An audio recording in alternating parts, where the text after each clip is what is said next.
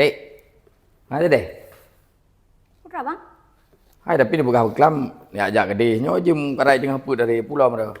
Atik bang, hanya kau tarik uro. Atik udah aja. Handru no, jauh yan. Jadi apa na? Hai jadi atik itu, kau gak tarik uro. Hai bang, kau tu pulih ron. Hai ada pegah lo mana udah Bekan. Lah kau tahu bang kan, kau gak ganteng.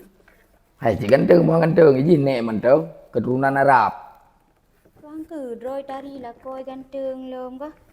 Jadi Galak deh bang, nak kau tu ganteng terkis menan. galak. Pumuror mantang galak. Ubina urung lah ni ayo mandum galak ai lah kau ganteng. Aku, hai lom lah kau ganteng cik kan, cuman hai galak tak lah kau Galak lah kau ganteng. Yo kan bang, kan masalah ganteng mentang. Pengen gila. Mesti kibarah.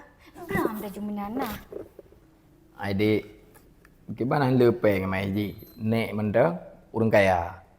Yang kena lampu liker rumah nayo. Yang dari liker rumah nayo sampai terus ke dehu lorong belasa. Ya tak nek ji. Orang kaya man. Memang ke dasar kaya. Memang ke dari nek tu bawah memang ke dasar kaya. Angku bang, pokoknya kan geram dah junah. Yang nek ji dek kan. Karap sama dengan nek Ibu Ida. Ke Ibu Ida ke banjan dek. Ada dengan bajai beruk mentang. Kup lah ke.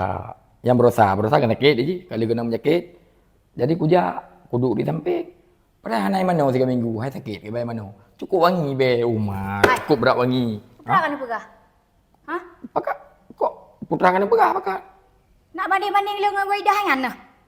Hai kan ku banding Ron dengan Boydah. Bawa aja ku pegah sama kayak. Elan sopan kok gel. Akai kok beragal. Aku hamil berumah roh dah nagat. Punya orang lain yang enggak sopan wangi. Dengar rekan-rekan. Kau bengi. Yang bunuh. Wadai pegah gagam mana pupu. Banda pegah ni indang lain lagak. Kau bengi. Yang kemenang seafood awak ini. Hai dapat dimang. Encu leh.